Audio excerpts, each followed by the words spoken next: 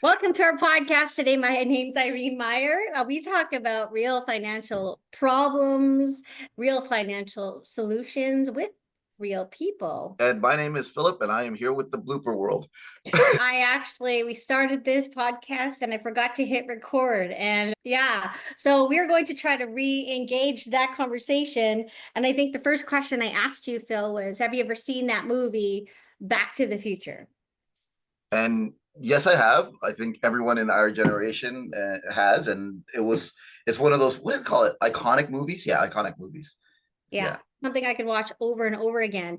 I was actually thinking about that when I was getting ready, see my shirt. I was thinking about all the things that if I could go back in time with the brain I have now, what would I tell my younger self?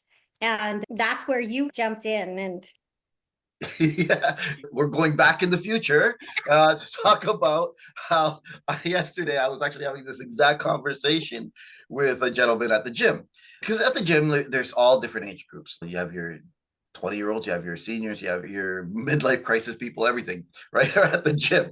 So I'm not one of them. But anyway, so when I was talking with him, I said, could you imagine being one of these 20-year-olds walking around here, but knowing what we know now? And of course, being in the profession about it financially and whatnot.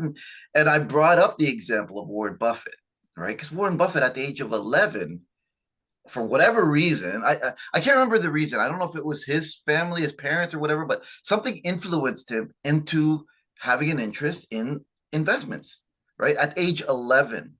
Could you imagine knowing what you know now, being age 11 and having an interest and knowing what you don't? It'd be crazy. So he started looking into things.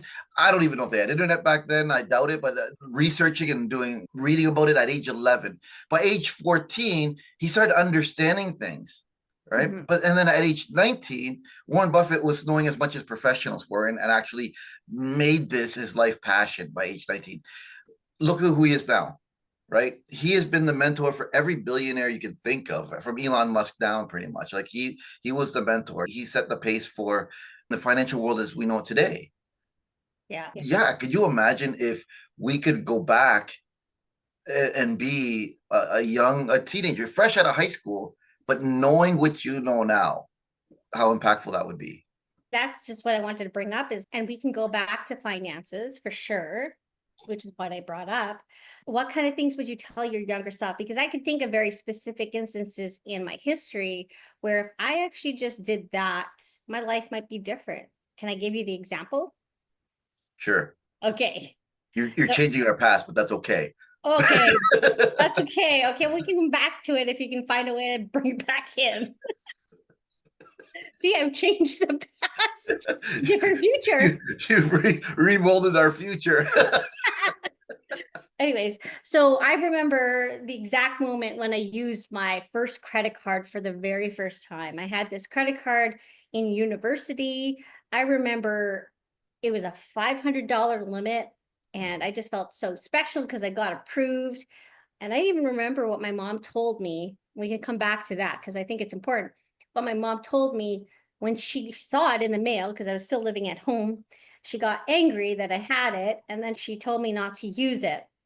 And I don't even think I had a job at the time. Actually, I didn't have a job at the time. I think it was my first year of university. And I remember the exact moment I used it for the first time. It was at a store at the university campus. And it was a shirt. I bought a shirt. And I'm like, I like this shirt. Let me try and use my credit card. And I bought it. And that was like the first moment I realized I bought this shirt without money. This is cool. And I feel like if I went back there, I would teach my younger self either A, convince her not to buy that shirt, or B, ask her for a plan on how to pay that shirt back and change that idea that it wasn't free. Change that idea that I don't even know what she was thinking. She was just thinking about the shirt. That's probably the exact moment. I think that would probably change a bunch of things. I might not even be sitting here talking to you. I realize that. But I think financially, that's what I would change. Do you have any moments like that, Phil? Oh, we've all had moments like that. But think about this. If you went back to your younger self, do you think your younger self would even listen or care? I would try. I would try. Because Right? If she saw me, first of all, she'd be like, "Wow, you're almost fruit fruit. You look great. No, I'm just kidding. But no, if she saw me and if it was me, I think she would. Wouldn't you? Wouldn't you listen to yourself? Okay, how many? If you okay, walk up to any 20-year-old who's first year university, got that first credit card, and is making their first purchase, and walk up to them and say, "Stop. Let's talk about your financial future first." What are they Yes. gonna tell? What are they gonna tell you? I know, I get it. I totally get it. I know. Going back and telling my younger self to go listen to my mom, like, Mm, I know yeah. that. So how do we fix this? Like, how? First off, I'm gonna burst that special bubble of yours, and everyone got approved for that first credit card. Everyone, guaranteed. You go to university, you got your first credit card and condoms. That's what they give you at university first year. You're right. Yeah. But you were talking when we tried this the first time about being a spectator, and So, hey, have you heard this expression before? Life is not just a spectator sport. I've heard it, You've but heard it. didn't know what it really meant. Okay. In life, you have the option of being a spectator or a participant in life. Okay. And I think most of us are spectators in life, right? But you don't want to be. You don't want to watch life pass you by and just watch it, right? And then you have your participants, the one who are actively living life, right? Now, I think though, when people think living life, they think, oh, that's great. Okay, I make money. I'm going to spend money. I'm going to live life and enjoy it, right? Every mass majority of us think that way, right? And that's why the concept of the paycheck to paycheck is a real thing, because that is what we're doing. That does not make us a participant in life. That actually makes us a spectator. Because think of this: when you go to a stadium, when you go to watch a football game, what are the players doing? They're playing. They're They're playing, right? What are the spectators doing? watching.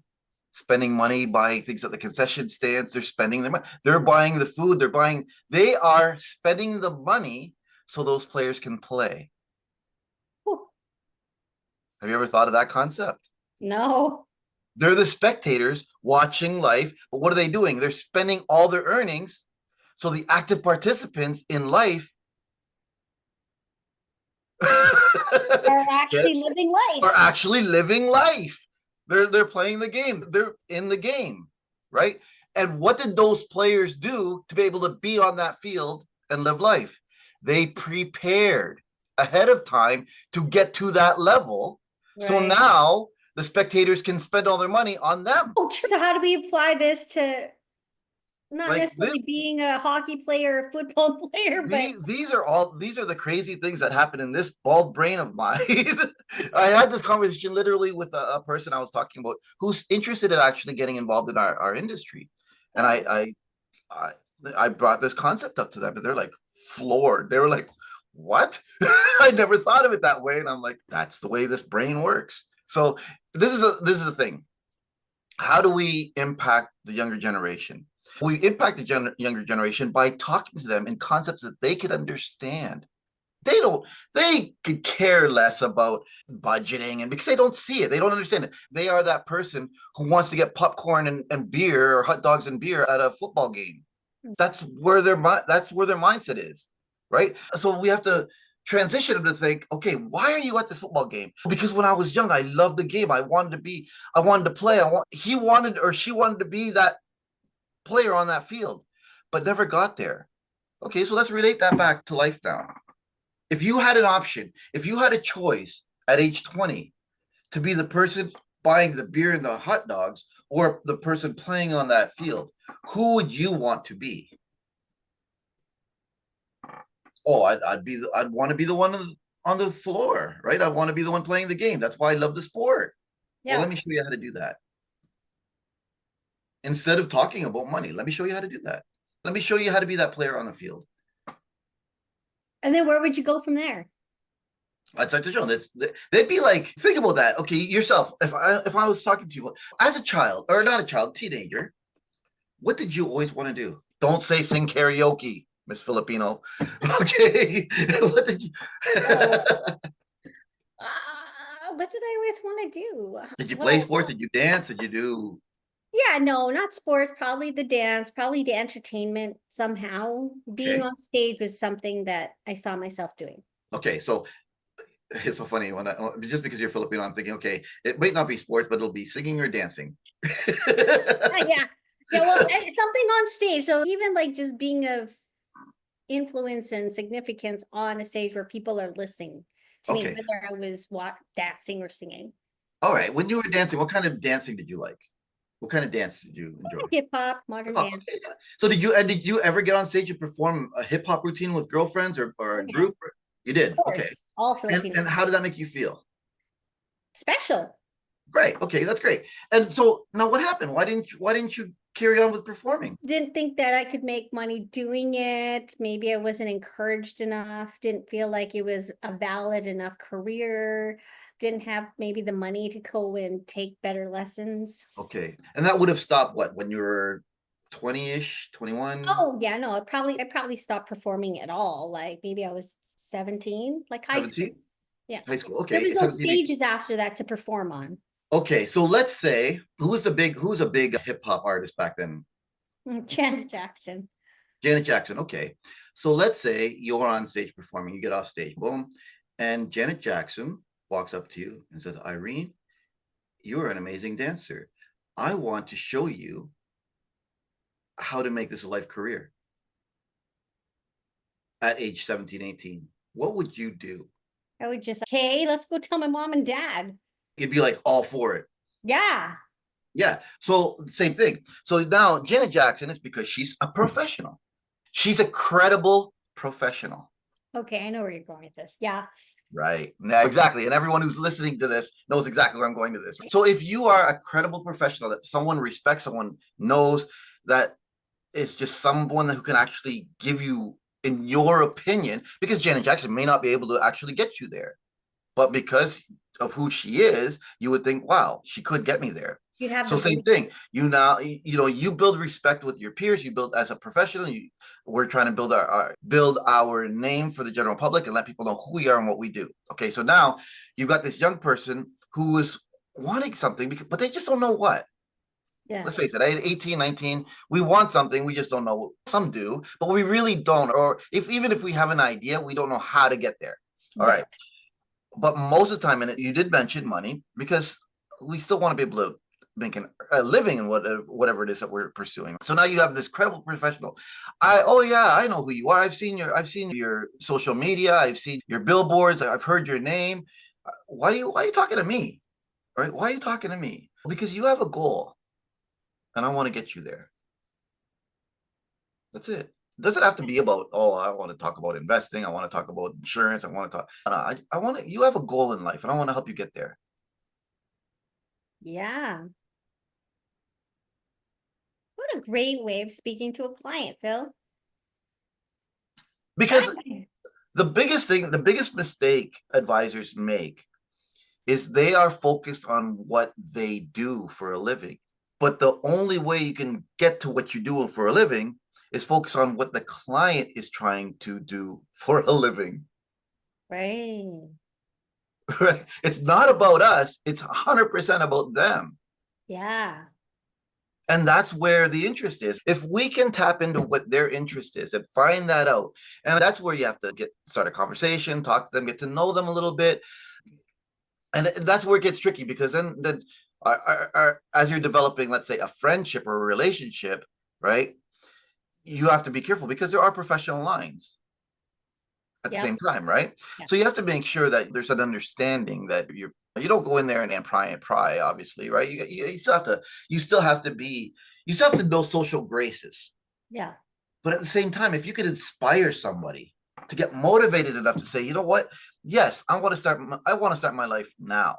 I don't want to start my life 3 years from now. If you ever talk to a student, the first thing they always say is after graduation. Okay, and miraculously after graduation, your life is going to begin then. Right. So Yeah. and this is something, because I was talking to a girl yesterday, and this is the one I talked to about the life concept. Now, this interesting young lady is young, right? But she is, listen to what she's in Ivy Business School. She is a senior cheerleader for a university. She's an actress already doing roles in movies. Hello, this girl is everywhere, right? She's one of the, I don't know, in sororities they have their different levels, right? She's one of the seniors in a sorority, all of this kind of stuff. And she's, I really want to do what you do, but I'm thinking I'm going to do it after I graduate, and that's going to be in maybe a couple of years. But I believe her because I talked to her a year ago and she's maintained connection with me. So I actually believe her, right? But here's the thing, and I said this to her yesterday. I said, if you wait 2 years, that's great. And by the absolutely no pressure, right?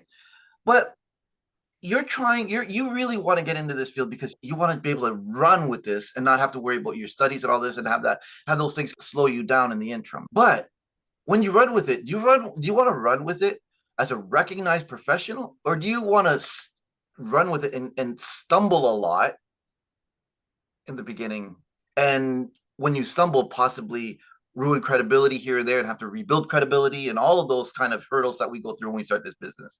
I told her, wouldn't it be a more of an excusable error if you start now at a young age while you're still in school and be able to say, I was learning, I was green, I was still in school, and I was trying to understand the business? It's almost excusable error as opposed to saying, yeah, it was my full-time career and I didn't really know what I was doing. You know what I mean? Waiting, why wait when you have an opportunity? It's one of those things where if you're hungry, are you going to wait 3 hours before you eat? No. No, you're going to eat. Yeah. But why is that okay? Are you not?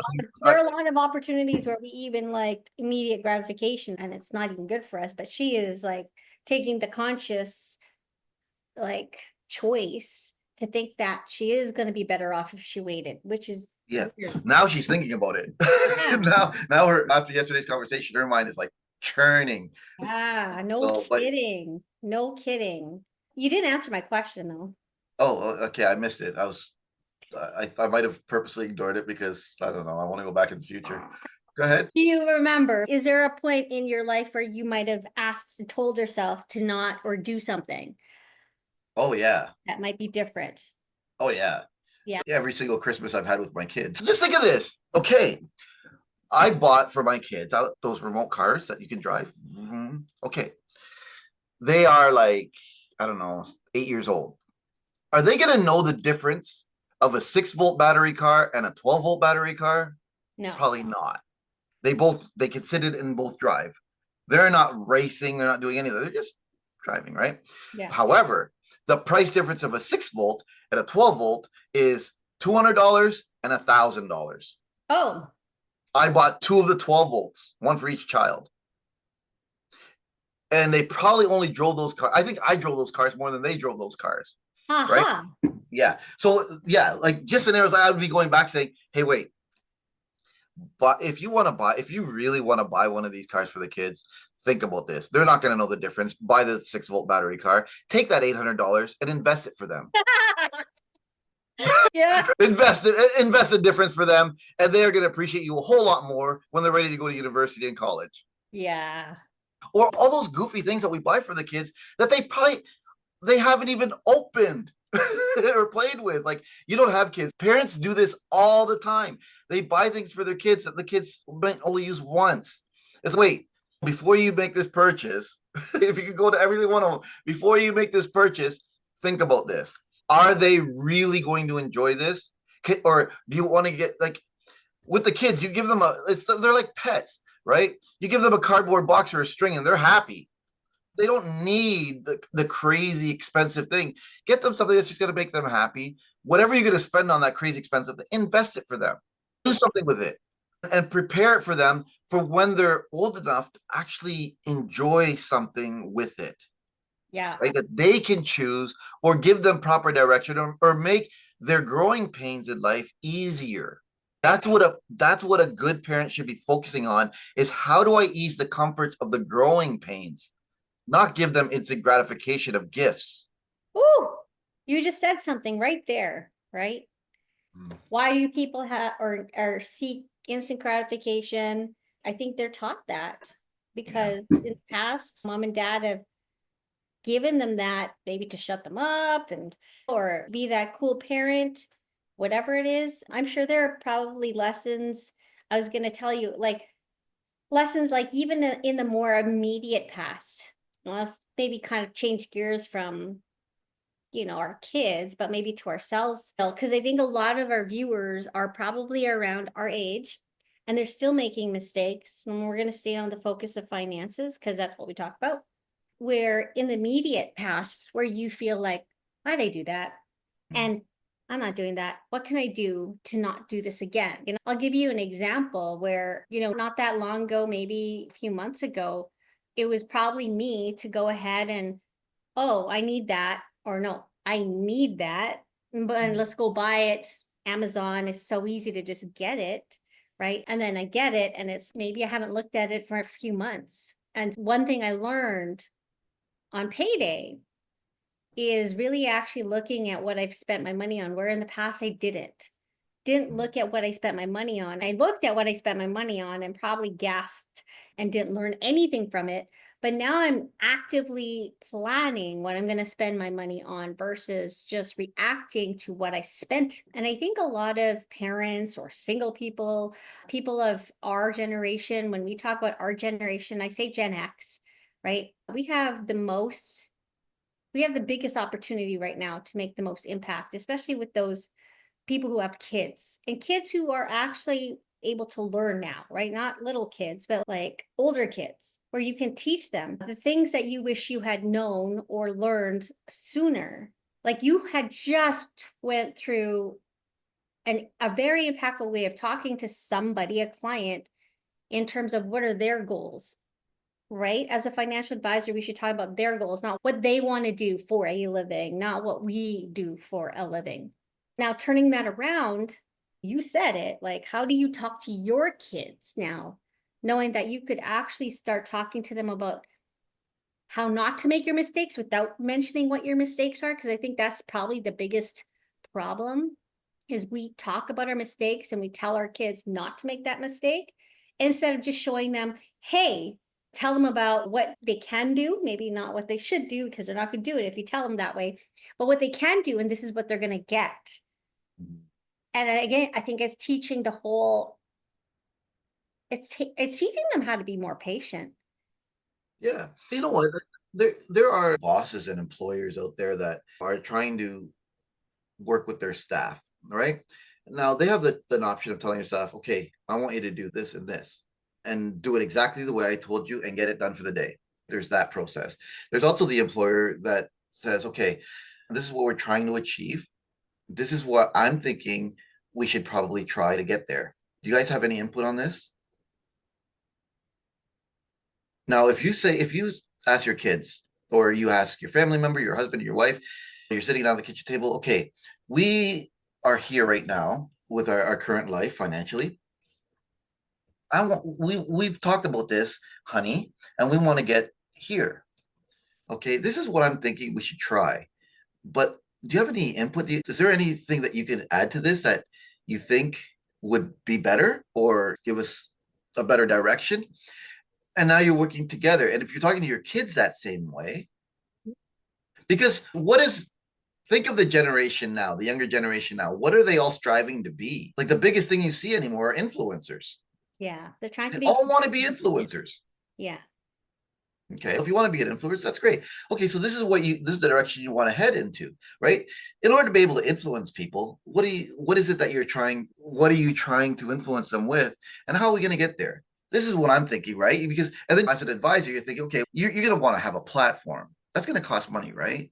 You're gonna want to be able to edit. You're gonna want to do this and do that. That's all going to cost you something. There's going to be a cost to your influencing, right? So let's make sure that those costs don't affect your ability to influence. Yeah. And And let it out. yeah. So they're talking to you about all the needs that they're going to have, the things that they want to go towards, what it might cost them to be able to have their platforms and do this and do that. Maybe they're going to be one of those guys that want to travel the world and be an influence, talk about different cultures and experience. Okay, what's that going to cost you? right? Right. How are we going to get it so you can continue doing that for however long you want to do that? And money isn't going to be an issue. How are we going to do that? Okay, let's have a conversation about that. Because let's face it, you don't want to be struggling financially and still wanting to do this career, right? You just want to stay focused on your career. Let me worry about the financial side of everything for you. Give them the perspective too that they're going to work for it as well. But the financial advisor isn't the reason you have the problem. They may help you get to the solution. They may even have the solution, but it's ultimately you that has to execute the solution. Because at the end of the day, I'm not there with your credit card buying the groceries with you. I am not there putting your credit card number when it needs to be put in when your kid needs to pay for another season of hockey. And I think you said something really important. I encourage the parents who are watching this, and we went off the rails, but that's okay. Again, it's real problems that come up. But the parents who actually want to encourage their kids to be in activities and stuff like that, I think now is a really great time, especially if your kids are really good in the sports that you've given them the opportunity to play, is having that conversation with them. Because all they're learning right now is that mom and dad are an endless source of money that they can just use, and they don't know that you're struggling. They don't know that you're paycheck to paycheck. Mind you, I know you want to shelter your kids from being anxious and worried about things like this. However, now's the time to really talk to them about what they really want.